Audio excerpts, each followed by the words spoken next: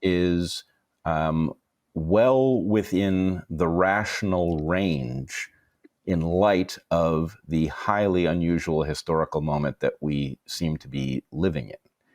And I will point out that you imposed something on what I said that wasn't there.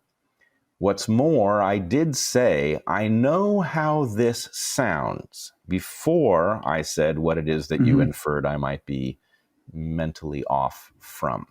So let me put the puzzle in the context in which I believe it belongs. We have a political apparatus that is behaving in an utterly mysterious way. If you look at the policy surrounding COVID, its prevention, and its treatment, what we got from all of the official medical and epidemiological institutions was pretty close to the inverse of the advice we should have gotten. That is to say, you would have been vastly better off if you did the opposite of what you were told than if you did what you were told. Right. That's your view. Yeah. I'm very familiar with your view, and I suspect your listeners are, but go ahead if you want to elaborate. Well, what I want to say is, look, let's just agree that whether that view is right or wrong, if it is correct, it is not consistent with a normal explanation like incompetence. An incompetent authority would have come up with a garbage set of recommendations. They wouldn't have come up with the inverse of good recommendations. That is an unlikely place to have landed, right? It's like accidentally assembling a car. Yeah, that's the kind of thing you said in the podcast we're talking about. So can I respond to that? Please. Now, first of all, I'd say, you mentioned the environment we're speaking in and what the standards should be that prevail.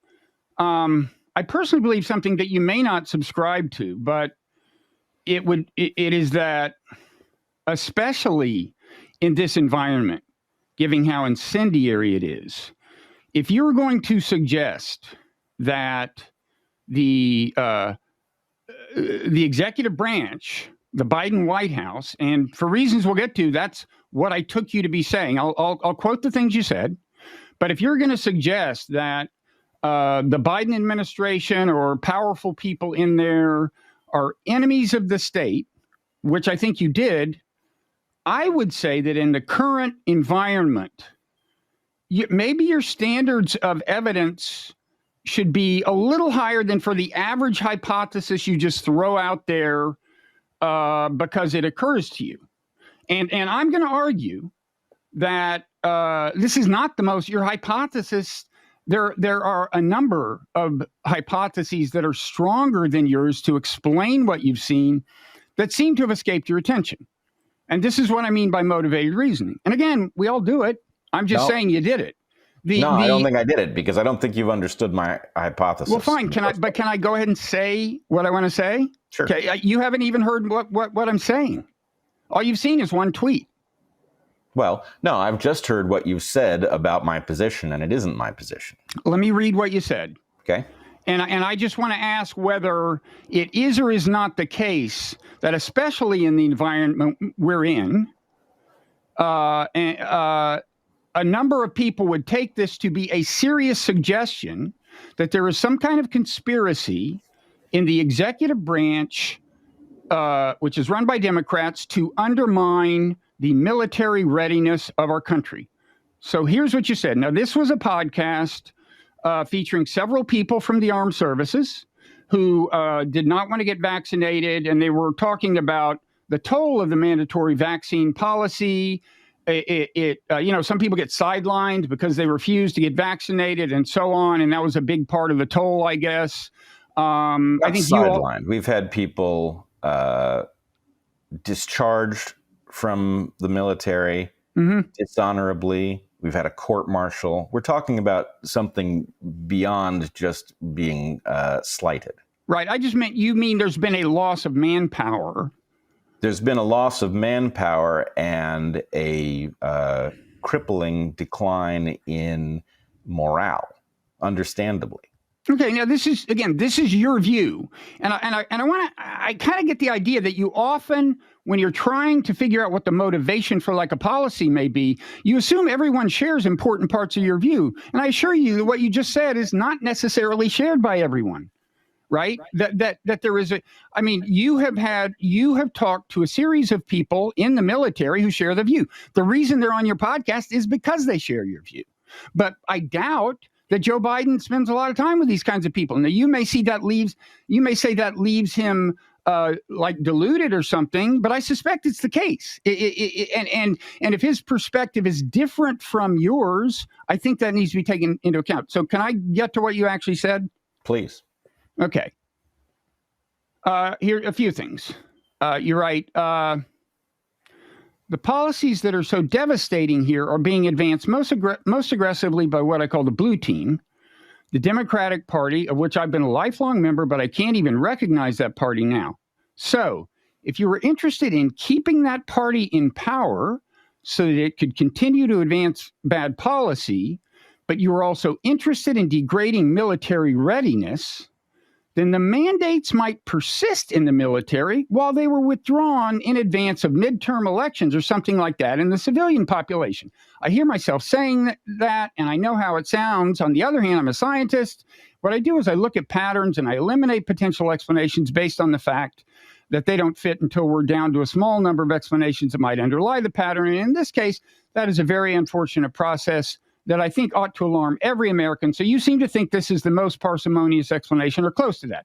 A few other things you said in the course of the same podcast. Has something gotten into our system that is unhooking our readiness because it doesn't want us ready? Here's another thing. It's hard to explain that pattern by anything other than some form of sabotage. Here's another thing. We're looking at something that behaves like enemy action. Now, I submit that anyone who listens to this podcast and is already inclined to not be big fans of the Biden administration, specifically with respect to this issue, and I suspect that description fits a fair number of people in your audience, could take you as suggesting that, in fact, there is a conspiracy in the executive branch to undermine our military readiness. You don't think so? I know exactly what error you're making. What is it called? Let me ask you a question. Do you believe that our system has a problem with corruption?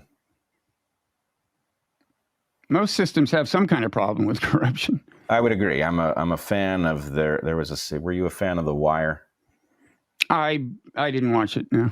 It was excellent. And there was a particular scene in which an individual involved in city government was talking to another individual walking down the street, and their point was, you have to expect a certain amount of corruption, but the level of corruption has become obscene. And that is where we are. I do not expect a system without any corruption. But the level of corruption in our system, I would argue, is utterly obscene. Does that sound like a crazy position to you so far? Well, you'd have to define terms. My main point is that there are other explanations for the phenomenon you're describing that are much less incendiary and actually more plausible. You have laid out your case. I haven't. I haven't gotten to the other explanations. You have laid out your case that what I'm saying is beyond the pale. Now, you're not going to let me get to the alternative explanations, Bret? Is this a scientific discussion? You seem a little defensive, Robert. We are having a conversation. You have said some things. I would like to respond to them because I think you so far haven't even understood what it was that I was putting on the table. Okay, what were you putting on the table? I believe we have a problem with obscene levels of corruption in our system. I believe that COVID policy reveals this. Now, if you want a little historical background, I would say that before the Clinton administration, the GOP was the party of business, that it had a business model in which effectively it peddled influence to wealthy, mostly corporations, when those corporations wanted to do something that was not in the interest of the public, right? And there's a natural tension between these things. You tend to pay in order to influence things when what you're doing is not in the interest of those who are being governed, because you wouldn't have to pay if it was. We would just simply do it. That's what corruption is. Now, the Clinton administration, I believe, changed the Democratic Party. That what it did was it took up the GOP's business plan and it abandoned the public and started serving different corporate interests. And we effectively ended up with two corporate parties and nobody representing the public. And so these parties both pay attention to the public periodically when they have to because there's an election, but by and large, what they exist for is to serve the interests of wealthy donors at the expense of the interests of the public. That's what they do 365 days a year.